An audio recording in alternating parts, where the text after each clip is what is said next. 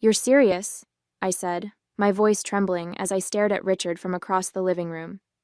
You want me to give you $3,000, on top of the $4,000 I already give you every month? He leaned back in his recliner, folding his arms over his chest like a king issuing an order. I need a new car, he said, his tone clipped and matter-of-fact. The old one's falling apart. I don't see what the big deal is. You've got the money. I felt my chest tighten. The big deal, Richard, is that I've already sacrificed enough for this household. I cover the bills, the groceries, your utilities. I even helped pay off Adam's credit cards. Now you want me to buy you a car? Yes, he said, his voice rising. Because I deserve it. I've done enough for this family. It's time for you to pull your weight. Pull my weight. The words hit me like a slap. I'd been financially supporting this household for years, working tirelessly to keep us afloat while my father-in-law and my husband, Adam, treated my paycheck like a bottomless ATM. And now, the one time I set a boundary, Richard had the audacity to call me selfish. I'm not doing it, I said firmly, standing my ground. You'll have to figure out another way. His face twisted with rage, the vein in his forehead bulging. You're just like your mother, always thinking you're better than everyone else. He stood abruptly, his movements sharp and aggressive. Don't you dare disrespect me in my own house. Your house? I shot back, my voice shaking. This house is paid for with my money, Richard. Before I could react, he lunged forward, shoving me with both hands. I felt my feet slip on the hardwood floor, and then I was tumbling down the stairs. The world blurred as pain shot through my body. I landed hard at the bottom, my arm twisted beneath me and my head pounding from the impact. For a moment, I couldn't move. The pain was overwhelming, and tears stung my eyes as I tried to catch my breath. Above me, Richard stood at the top of the stairs, his face still contorted with anger. That's what happens when you don't respect me, he spat, before turning and stomping back into the living room. I expected Adam to rush to my side, to help me up or at least ask if I was okay. But when he appeared at the top of the stairs, his expression was blank, almost bored. You should have just given him the money, Maya, he said with a shrug. You know how he gets. My name is Maya, and for the past 4 years I've been the financial backbone of a household that doesn't respect me. I married Adam because I thought we were building a life together, but it quickly became clear that his priorities were tied to his father, Richard. When Richard's health began to decline, I agreed to move into his home to help out. What I didn't realize was that helping out meant funding everything: rent, utilities, food, and even Richard's personal expenses. At first, I thought it was temporary. I told myself that Adam and Richard appreciated what I was doing, even if they didn't always say it. But as time went on, their sense of entitlement grew. Adam stopped working entirely, claiming he needed to be home to support his father. Richard, meanwhile, began making bigger and bigger demands, treating my paycheck like it belonged to him. Still, I stayed. I told myself it was for the good of the family. But lying at the bottom of those stairs, bruised and aching, I realized the truth. This wasn't a family. It was a one-sided arrangement where my value was measured solely by what I could give, and I was done. That night, I packed a bag. I didn't say a word to Adam or Richard as I grabbed my things and walked out the door. My heart pounded with a mix of fear and determination, the sting of their betrayal still fresh. I didn't know exactly where I was going, but I knew I couldn't stay. I checked into a motel and sat on the edge of the bed, my phone clutched in my hands. I could feel the weight of what had just happened pressing down on me, but I wasn't going to let it break me. For years, I had been their safety net, their source of stability. Without me, they'd fall apart, and this time I wasn't going to catch them. The next morning, I made the call. Angela, I said when the lawyer answered, I need your help. It's about my husband and his father. Meeting Angela, my lawyer, felt like the first breath of fresh air I'd taken in years. She listened carefully as I explained everything, how I'd been covering all the household expenses, how Richard had demanded more money for a car, and how the confrontation had ended with me at the bottom of the stairs. You've been financially supporting your husband and father-in-law entirely on your own? Angela asked, raising an eyebrow. I nodded. For the past 4 years. Every bill, every expense, everything comes out of my pocket. And your name is on the mortgage or deed of the house? She asked, flipping through her notes. It's all in my name, I said, my voice firm. They couldn't qualify for the loan without me. I pay for it. I own it. Angela's lips curved into a small, knowing smile. Then this is your house, Maya, not theirs. We'll start with eviction papers for both of them. The thought of evicting Adam and Richard made my stomach churn with a mix of guilt and satisfaction. For years, I'd put their needs above my own, convincing myself that I was doing the right thing. But that night on the stairs, I realized that kindness and loyalty meant nothing to people who only saw me as a means to an end. What about Richard pushing me? I asked. He could have seriously hurt me. We'll include that in the lawsuit, Angela said firmly. You're not just evicting them, you're holding them accountable for their behavior. Let's make sure you get justice. The next few weeks were a whirlwind of preparation. Angela helped me gather all the evidence I needed to support my case. Bank statements, receipts, even text messages where Richard and Adam made their entitled demands. Seeing everything laid out in black and white was both validating and infuriating. For years, I had convinced myself that I was overreacting, that things weren't as bad as they seemed. But the numbers didn't lie. I'd poured tens of thousands of dollars into that house while Adam and Richard contributed nothing but complaints and criticism. Angela also encouraged me to document the incident on the stairs. We'll need to show that there's a history of abusive or threatening behavior, she said. This isn't just about money.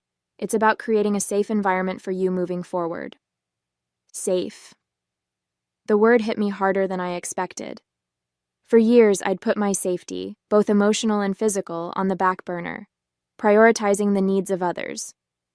Now, for the first time, I was fighting for myself. Meanwhile, I started making quiet plans to rebuild my life. I found a small apartment close to my job and began moving my things there in secret, one carload at a time. The house still felt like a minefield, and I avoided Adam and Richard as much as possible. Adam barely noticed my absence. He spent most of his time glued to the couch or arguing with his father about God knows what. Richard, meanwhile, was still fuming over my refusal to buy him a car. Every interaction with him felt like walking a tightrope, but I held my ground. The final piece of the puzzle was setting up the legal bombshell they'd never see coming. Angela drafted eviction papers which would force them to vacate the house within 30 days, and a civil lawsuit for damages related to the assault and financial exploitation. They're not going to take this well, she warned. Be prepared for some backlash. I'm ready, I said, my resolve hardening. They've pushed me around for too long. The hardest part was keeping my plans to myself.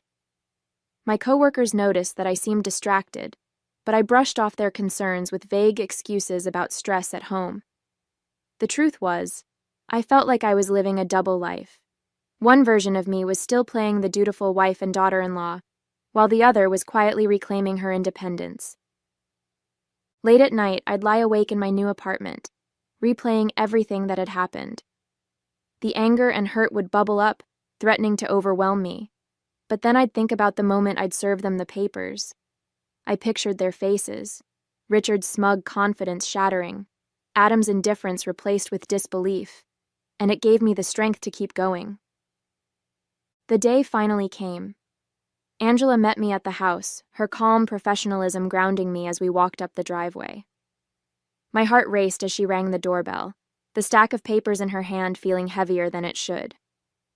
Richard opened the door, his expression immediately souring when he saw me standing beside Angela. "What do you want?" he snapped. Angela didn't miss a beat. "Mr. Williams, you've been served," she said, handing him the papers. "You and your son are required to vacate this property within 30 days. Additionally, my client is filing a civil lawsuit against you for damages related to assault and financial exploitation." "What the hell is this?" Richard barked, his face turning red as he flipped through the documents. "You can't do this. This is my house." "No," I said, my voice steady despite the pounding in my chest. It's my house, and you're not welcome here anymore. Adam appeared in the doorway, rubbing his eyes like he'd just woken up. What's going on? He mumbled. Richard shoved the papers at him. Your wife thinks she can kick us out. Can you believe this? Adam skimmed the documents, his brow furrowing. Maya, this is insane. You can't just... I can, I interrupted, meeting his gaze. And I did. For a moment, neither of them spoke. The reality of the situation was sinking in, and I could see the panic starting to creep into their expressions. This wasn't just an argument they could brush off or a demand they could guilt me into meeting. This was real, and they couldn't stop it. Angela turned to leave, motioning for me to follow. They've been served, she said. Let's go. As I walked away, the weight of years of mistreatment seemed to lift from my shoulders. For the first time in years, I felt free. The house felt eerily quiet as I sat in my car parked across the street, watching Angela walk up to the door one final time. She'd insisted on being the one to deliver the formal lawsuit and eviction enforcement notice. This was the moment I'd been waiting for, the moment when Richard and Adam would finally realize the gravity of what they had done. I saw Angela ring the doorbell and stand confidently with the papers in hand. Moments later, Richard opened the door, his expression shifting from irritation to confusion, and finally to pure, unadulterated rage. Even from my car, I could hear his voice erupt. This is ridiculous, he bellowed, his fists clenched at his sides. She can't do this to me. I've lived in this house for years. Angela's voice remained calm and professional. Mr. Williams, as I explained the last time we served you, this property belongs solely to my client, Maya. You've had your 30-day notice, and as of today, you are legally required to vacate. Any refusal to comply will result in further legal action. Adam appeared behind him, his hair disheveled and his face still puffy with sleep. He squinted at the papers Angela handed him and groaned. Maya, seriously? What is all this? Angela didn't flinch. This is a civil lawsuit for damages totaling $20,000, including compensation for the physical assault, financial exploitation, and emotional distress caused by both Mr. Williams and Mr. Adam Williams. These proceedings will move forward regardless of whether you vacate today. Richard's face turned beet red, and I could see the anger boiling over. He snatched the papers from Adam's hands and ripped them in half, tossing the pieces onto the porch. You think this is going to scare me? He shouted. You can't evict family. This is my house. Angela didn't blink. That's for the court to decide, Mr. Williams. But for now, the sheriff's department will be here shortly to ensure that the eviction is carried out. Richard slammed the door in her face, but not before I caught a glimpse of Adam standing behind him, wide-eyed and panicked. For the first time, he seemed to grasp that this wasn't just another argument that could be smoothed over. This was real, and there was no way out. Angela returned to the car, her steps purposeful as she slid into the passenger seat. They're fuming, she said with a wry smile. But I doubt they'll try anything stupid. The sheriff will handle it from here.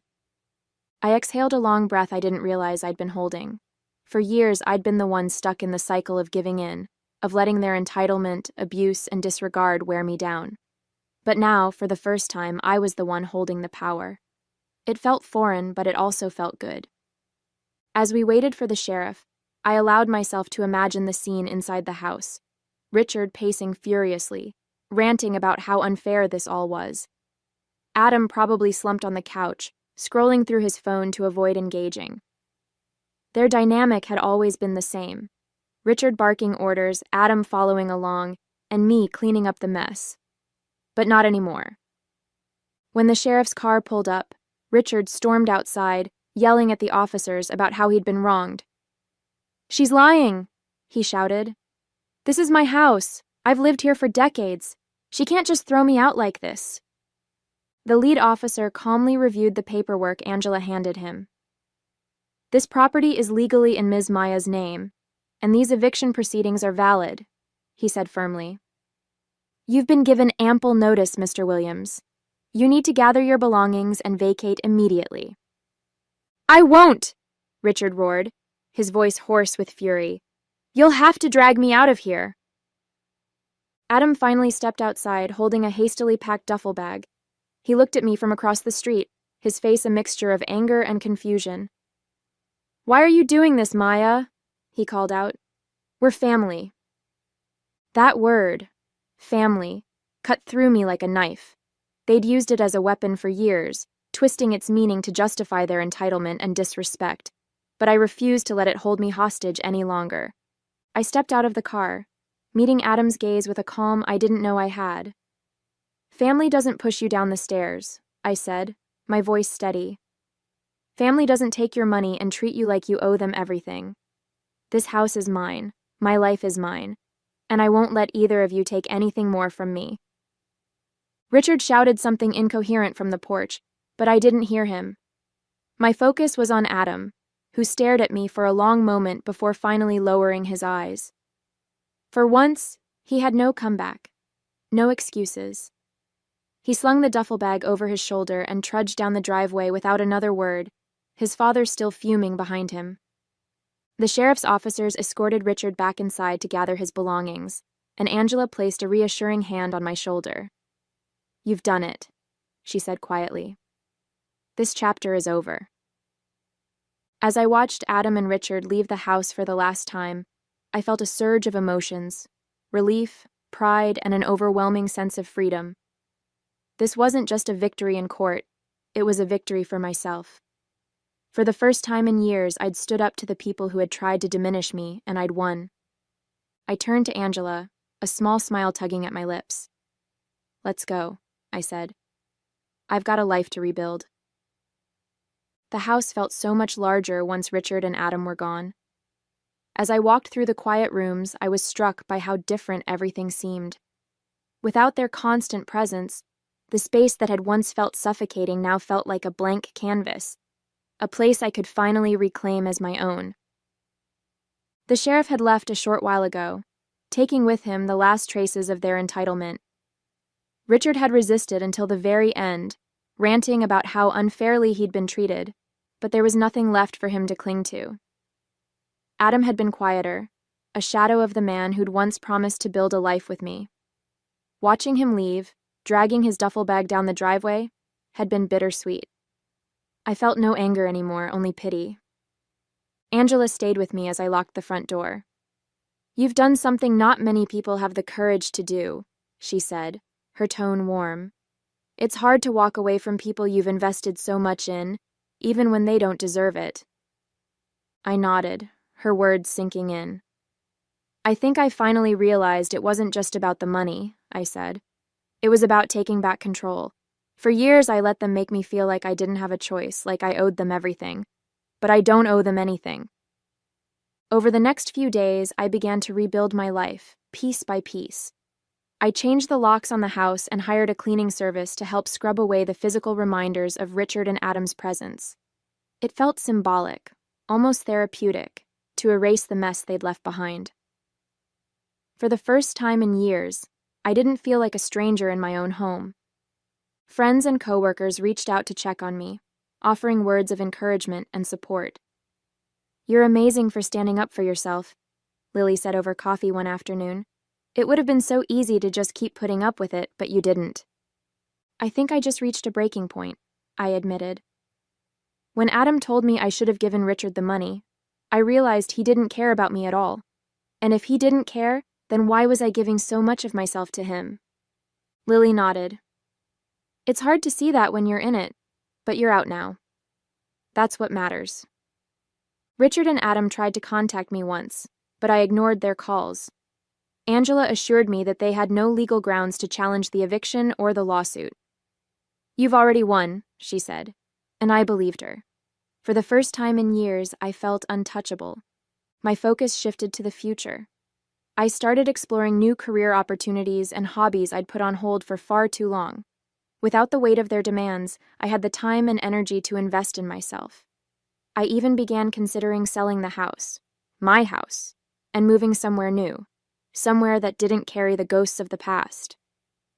One evening, as I sat on the patio with a glass of wine, I let myself reflect on the journey that had brought me here. It hadn't been easy, far from it. But every step, every painful moment, had taught me something about my own strength. I'd spent years letting others define my worth, but not anymore. I looked out at the quiet street, the stars just beginning to dot the sky. For the first time in years, I felt truly free. This was my life, and I was finally living it on my terms. A few months later, my life had completely transformed. The house I once shared with Richard and Adam no longer felt like a prison. It was mine now, truly mine. Every corner, every room, reflected the life I was rebuilding for myself. The walls that used to echo with their demands and entitlement were now filled with peace and quiet. I'd finally put the house on the market, a decision that felt symbolic of closing that chapter for good. Angela helped me navigate the legal and financial hurdles, and the lawsuit against Richard was progressing in my favor. The compensation I stood to gain wasn't just about the money, it was about holding him accountable. Knowing that he would face consequences for his actions was its own kind of closure. In my new apartment, everything felt lighter. Without the constant burden of their expectations weighing me down, I finally had the time and energy to focus on myself. I took up yoga, started painting again, and even planned a trip to a quiet coastal town I'd always wanted to visit.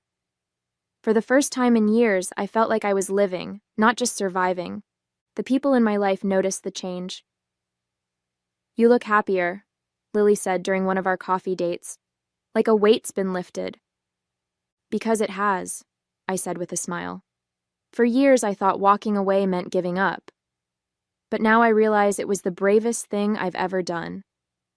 She raised her cup in a mock toast. "To brave new beginnings." "To never settling for less," I added, clinking my cup against hers.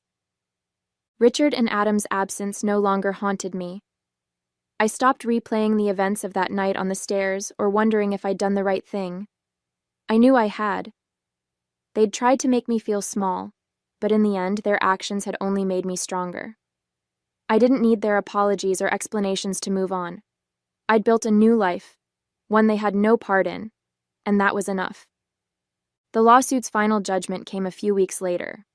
Richard was ordered to pay damages, and though I doubted he'd ever willingly accept responsibility, the ruling gave me closure.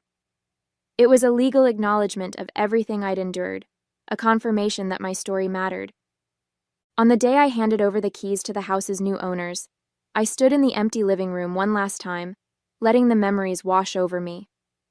The anger, the hurt, the betrayal. It was all still there, but it no longer controlled me. I had taken back my power, and in doing so, I had found myself again.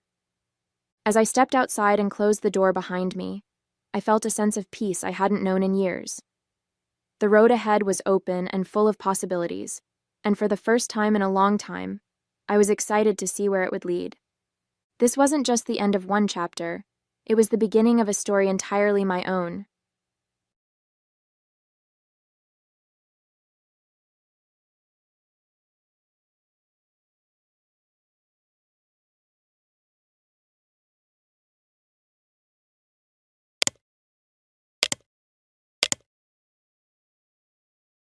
"You're really going to do this, Ruby?" my dad bellowed, his face turning red as he slammed his fists on the table. "After all I've done for you." "Dad," I said evenly, though my heart was pounding, "I've been paying your mortgage for the past 4 years. I've done everything I can to help, but I'm not giving you $10,000 to settle a gambling debt. I just can't." His expression twisted into rage. "You ungrateful little—" he spat, grabbing a glass from the table and hurling it across the room. It shattered against the wall, shards scattering across the floor. I flinched but didn't move. My stepmother, Patricia, appeared in the doorway, her face set in a disapproving frown. "Ruby, why can't you just help him out?" she said, as though she were asking me to pass the salt. "My name is Ruby, and for as long as I can remember, I've been the responsible one in my family. I'm 31, single, and have spent most of my adult life working hard to build a stable career in marketing. My dad, Gerald, is the opposite.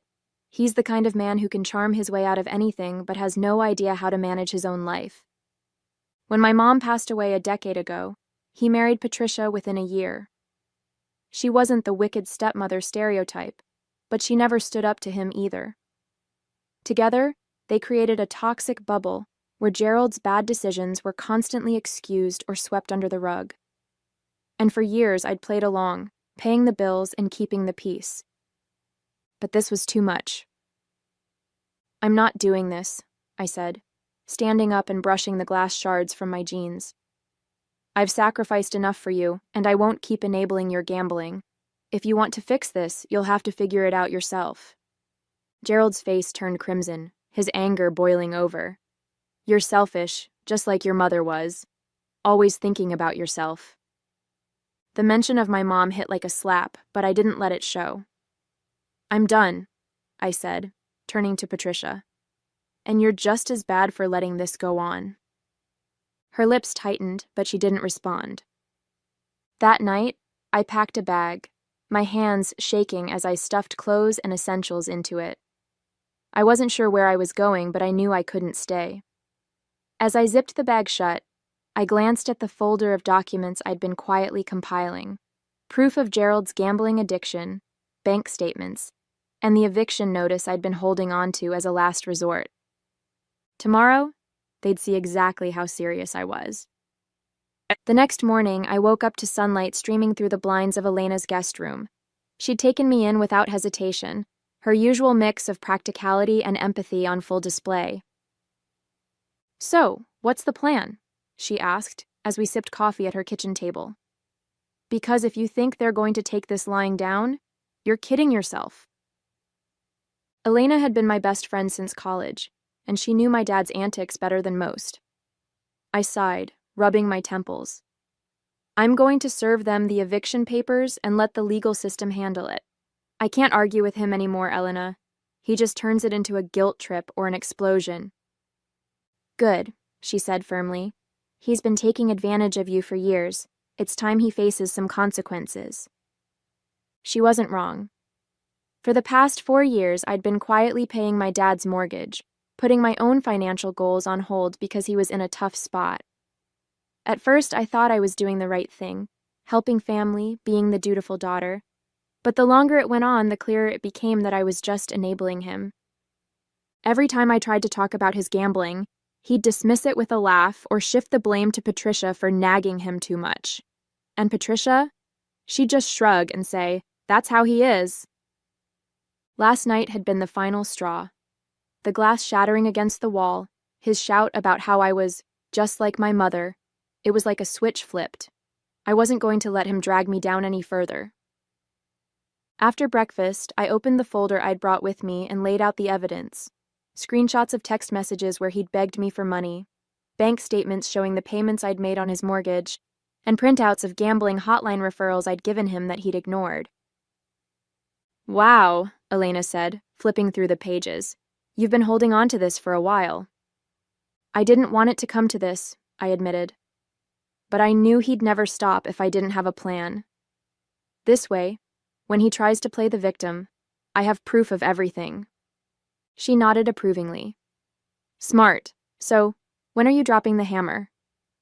"Tonight," I said, my voice steadier than I expected. "I'll leave the papers and evidence on the kitchen counter when I go to grab the rest of my things. By the time they realize what's happening, it'll be too late to guilt me back." As I packed my things to head over, I felt a strange sense of calm. For the first time in years, I wasn't reacting to my dad's chaos. I was taking control. By the time I pulled into the driveway, the knot in my stomach was wound so tightly I could barely breathe. The house looked the same as always: peeling paint, a sagging porch, the garden overrun with weeds. It struck me how much this house mirrored my dad's life: neglected, chaotic, but just barely standing. I stepped inside, bracing myself for what I might find. The living room was empty, but the faint sound of the TV murmured from the back den. My dad and Patricia were probably sitting there, watching some mindless show while pretending everything was fine. I moved quickly, heading to my old room to grab the last of my things. The duffel bag I'd left behind was still where I'd stashed it under the bed, and I filled it with the odds and ends I hadn't taken the night before. Photo albums, a few books, my mom's necklace. On my way out, I paused in the kitchen. The counter, usually cluttered with junk mail and coffee cups, now held a neatly stacked pile of documents. The eviction notice, the financial evidence, and a handwritten note. I picked up the note and reread it one last time. Dad, I've spent years helping you, but you've taken it for granted and used my support to fuel your gambling habit. I can't do this anymore. The mortgage is paid off because of me, and now it's time for you to take responsibility for your actions. The papers explain everything. I hope you can find a way to turn things around, but I won't let you drag me down with you anymore. Love, Ruby. My hand trembled as I placed the note back on top of the pile. It wasn't angry or vindictive, just the truth. And for once, I wasn't afraid to speak it. As I turned to leave, I heard the TV click off. My dad's voice boomed from the den. Ruby, is that you? I froze, my heart racing. Part of me wanted to bolt, but I forced myself to take a deep breath and step into the doorway. Yeah, Dad, I just came to grab the rest of my stuff. He looked at me with a mix of suspicion and annoyance. You're not really leaving, are you? Come on, Ruby, you're overreacting. Patricia chimed in from the couch, her tone exasperated. You can't just walk away from family. I'm not walking away, I said, my voice calm but firm. I'm setting boundaries. You'll understand when you read the papers. I didn't wait for their response. I walked out the door, the weight lifting with every step. That evening, I sat in Elena's living room, the eviction papers filed and the note left behind. My heart was still racing from the confrontation, or lack of it, really. Walking out of that house without looking back was one of the hardest things I'd ever done, but I knew it was the right thing. Elena handed me a cup of tea, sitting down next to me on the couch. How are you feeling?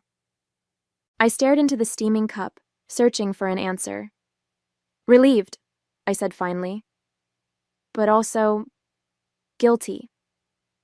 It's my dad, you know. I keep wondering if I went too far. She gave me a look. Ruby, you've been paying his mortgage for years, and he threw a glass at you when you said no to more money. That's not normal. You didn't go too far. You finally stood up for yourself. I nodded, knowing she was right, but the guilt still lingered. Part of me hoped that leaving the papers and the evidence would force my dad to take a hard look at himself, to finally realize the damage his gambling had caused.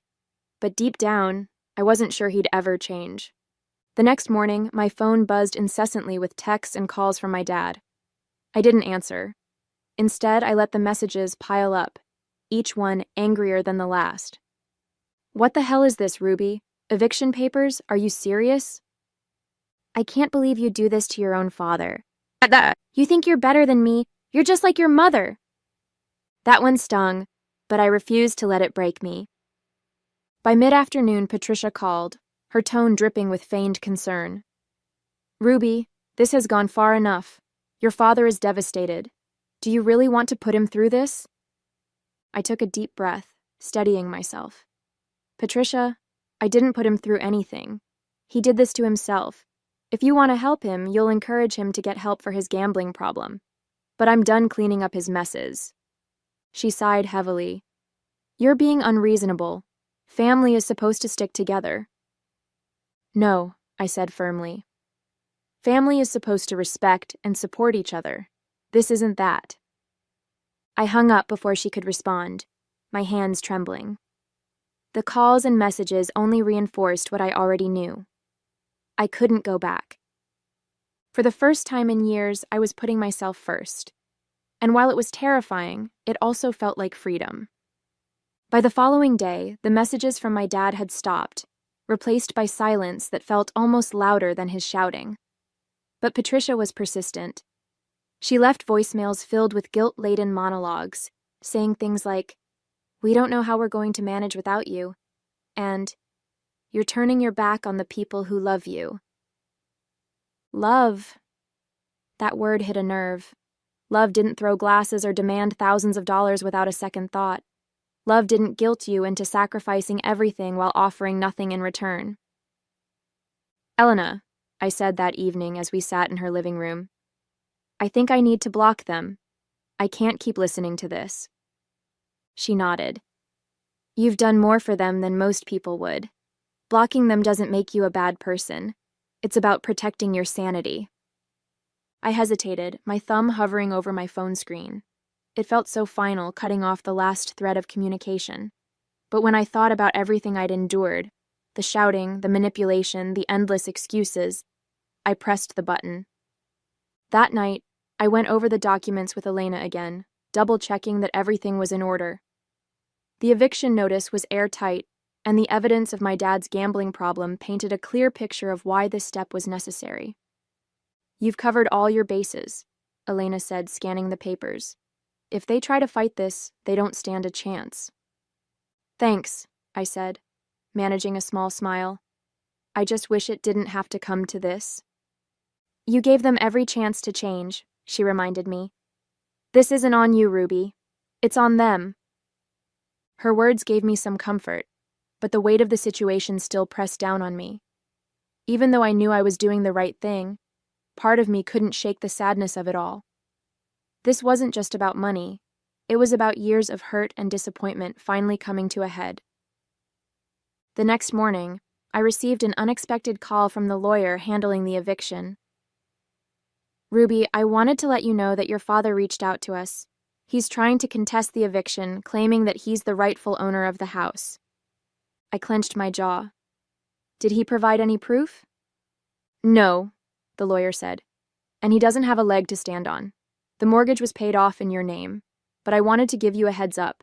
This could get messier before it's resolved. Thanks for letting me know, I said. As I hung up, a new wave of determination surged through me. If my dad wanted a fight, he'd get one. But this time, I wasn't backing down. Over the next week, I focused on gathering every piece of evidence I could to prepare for my father's challenge. Bank statements, text messages, proof of my mortgage payments. It was all there, a clear trail that outlined exactly how much I'd done for him. Elena helped me sort through it all. Ruby, she said, holding up a particularly damning set of texts where my dad had promised to cut back on gambling if I paid his bills. This alone shows how manipulative he's been. You've got nothing to worry about. I know, I said, exhaling slowly, but it's still exhausting. I can't believe it's come to this. Fighting my own father just to protect myself. You're not fighting him, she said firmly. You're standing up for yourself. There's a difference. Later that evening, I received an email from the lawyer handling the eviction. Attached were copies of my dad's challenge to the proceedings, a rambling letter filled with half-truths and outright lies. He claimed I'd only paid the mortgage as a favor, and that he'd always intended to pay me back, though he conveniently provided no evidence of such an arrangement. It was frustrating to read, but also oddly freeing. His letter was desperate, full of holes, and completely unsupported. For the first time, I realized how little power his words held over me when I didn't let them. I replied to the lawyer, attaching additional documentation that refuted every claim in the letter. By the time I hit send, I felt lighter, like I was finally taking control of a situation that had controlled me for far too long. The next morning, the lawyer called with an update. Ruby, I've reviewed the challenge, and it's baseless. He doesn't have any legal grounds to contest the eviction. We're moving forward as planned. Thank you, I said, relief washing over me. What happens next? The eviction notice will be enforced within the next 30 days, she explained. If he refuses to vacate, law enforcement will get involved. But based on his lack of evidence, I doubt it'll come to that. I hung up and leaned back in my chair, letting the relief sink in. For years, I'd been the one scrambling to fix things, to hold the family together. But now, for the first time, I was the one setting the terms. That evening, I called Elena to share the news. It's finally happening, I said, my voice tinged with both excitement and exhaustion. Damn right it is, she replied. You're taking your life back, Ruby, and it's about time. The day had finally come. I pulled into the driveway, clutching the final eviction paperwork in one hand and my resolve in the other. The house stood there as it always had, but this time it didn't feel like a battle waiting to happen. It felt like closure. I knocked on the door and Patricia answered. Her face fell the moment she saw the papers in my hand. "Oh, Ruby," she said, shaking her head. "Is this really necessary?" "Yes," I said, stepping inside. "It is." My dad was in the living room, sitting in his recliner with the TV remote in one hand and a drink in the other. He glanced up at me, his expression oscillating between annoyance and smugness. "What now?" he grumbled. I dropped the eviction notice on the coffee table in front of him. "This," I said, my voice steady. "You've got 30 days to move out." He picked up the papers, scanning them with a scowl. "You think this means anything?" he sneered, tossing them back onto the table. "I'm your father. You can't just kick me out of my own house." "It's not your house, Dad," I replied. "It hasn't been for years. I've been paying the mortgage, and I have the documents to prove it. The lawyer has already confirmed the eviction is valid." Patricia hovered nearby, wringing her hands. "Ruby, please," she said softly. "We're family. Can't we work something out?" "Family," I repeated, my voice rising despite my efforts to stay calm. Where was that sense of family when he threw a glass at me? Where was it when he demanded $10,000 to cover his gambling debts? I've done everything I can for you both, and all I've gotten in return is manipulation and disrespect. This ends now. My dad stood up, his face flushed with anger. "You think you're better than me, don't you?" he spat. "You're just like your mother, always looking for a way to make me the bad guy." I held his gaze, my hands trembling slightly but my voice unwavering. "This isn't about being better or worse. It's about boundaries. I've let you take advantage of me for years, but I'm done. If you want to stay in this house, you'll have to fight the court, not me." He didn't respond, just sat back down with a bitter laugh. "You'll regret this," he muttered. "No," I said, turning toward the door. "I won't." As I walked out of the house for the last time, a strange sense of peace settled over me. I wasn't sure what the future held, but for the first time, it felt like mine. The days that followed were quieter than I expected. I thought my dad or Patricia would launch into another round of frantic calls or try to intimidate me into reversing the eviction. Instead, there was silence. Part of me wondered if they were in denial, thinking I'd change my mind or that the legal process would somehow fall apart. But I knew better. I'd done my homework, covered every detail, and ensured that the law was firmly on my side. One morning, I received an email from the lawyer handling the eviction. "Your father has not filed any formal objections to the notice," she wrote. "If they fail to vacate by the deadline, law enforcement will enforce the eviction." The news brought a mix of relief and sadness. Relief because it confirmed that I was finally free of this toxic cycle, and sadness because deep down, I still wished things had turned out differently. Elena invited me out for lunch to celebrate the progress. "Here's to Ruby, finally setting boundaries and reclaiming her life," she said, raising her glass. I laughed, clinking my glass against hers. "It's about time, isn't it?" "You're handling this so much better than I would," she said. "If it were me, I'd probably be plastering for sale signs on their lawn just to make a point." "That's tempting," I admitted, smiling. "But I think the papers do the talking for me." As we ate, Elena leaned forward, her expression turning serious. "How are you, though?" "Really?" I paused, considering her question. "I feel lighter," I said finally. "It's like I've been carrying this weight for so long and now I'm starting to let it go. But it's also bittersweet. They're my family, you know. I wish they'd made different choices." "That's on them," Elena said firmly. "You've done more than enough. It's okay to let go." As the eviction deadline loomed, I drove by the house one last time. The front porch was cluttered with boxes, a sure sign they were preparing to leave. I didn't stop, didn't linger, I just kept driving. That evening, I received a message from my lawyer confirming that my dad and Patricia had vacated the property. "The house is now legally yours to manage as you see fit," she wrote. I stared at the message, a wave of emotions washing over me. For years, that house had been a symbol of sacrifice, guilt, and conflict. Now, it was something else entirely, a clean slate. As I sat in the quiet of my apartment, I realized that for the first time in years, I was truly free. The first morning after the eviction deadline felt surreal.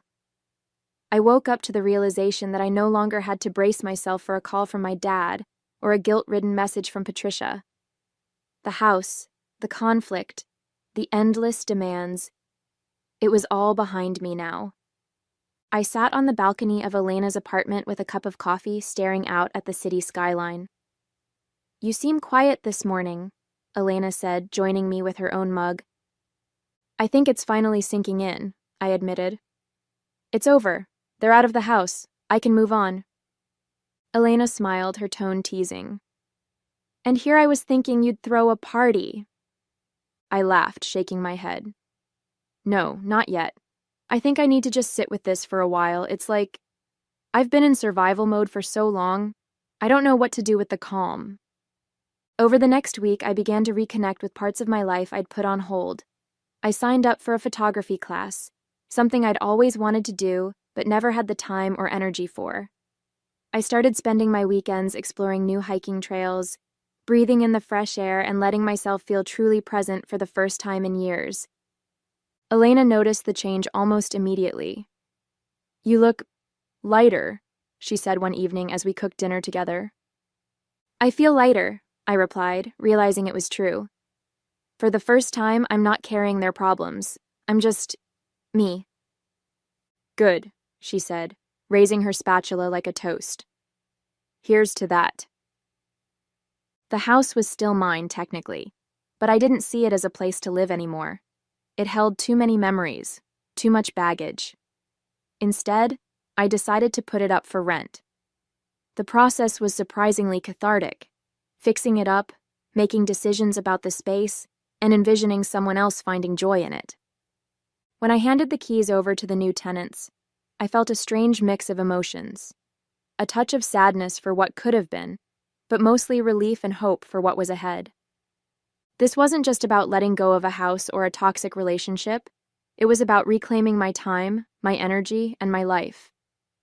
As I drove away from the house for the last time, I felt the weight of the past finally lift.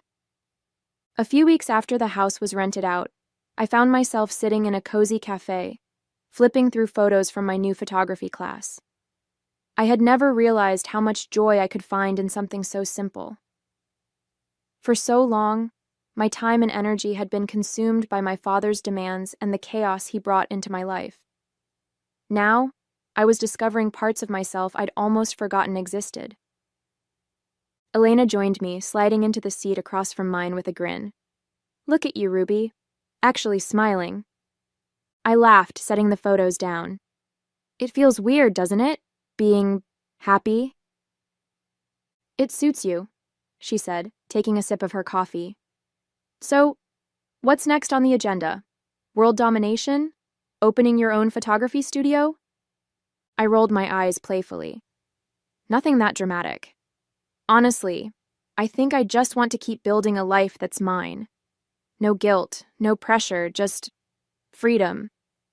Later that evening, I reflected on everything that had happened over the past few months. The eviction, the confrontation, the emotional fallout. It had all felt so overwhelming at the time, like I was wading through quicksand. But now, looking back, I realized how much stronger I'd become because of it. For years, I'd let myself believe that sacrificing for my family was the only way to show love. But love wasn't supposed to feel like an endless obligation, a constant drain on my soul.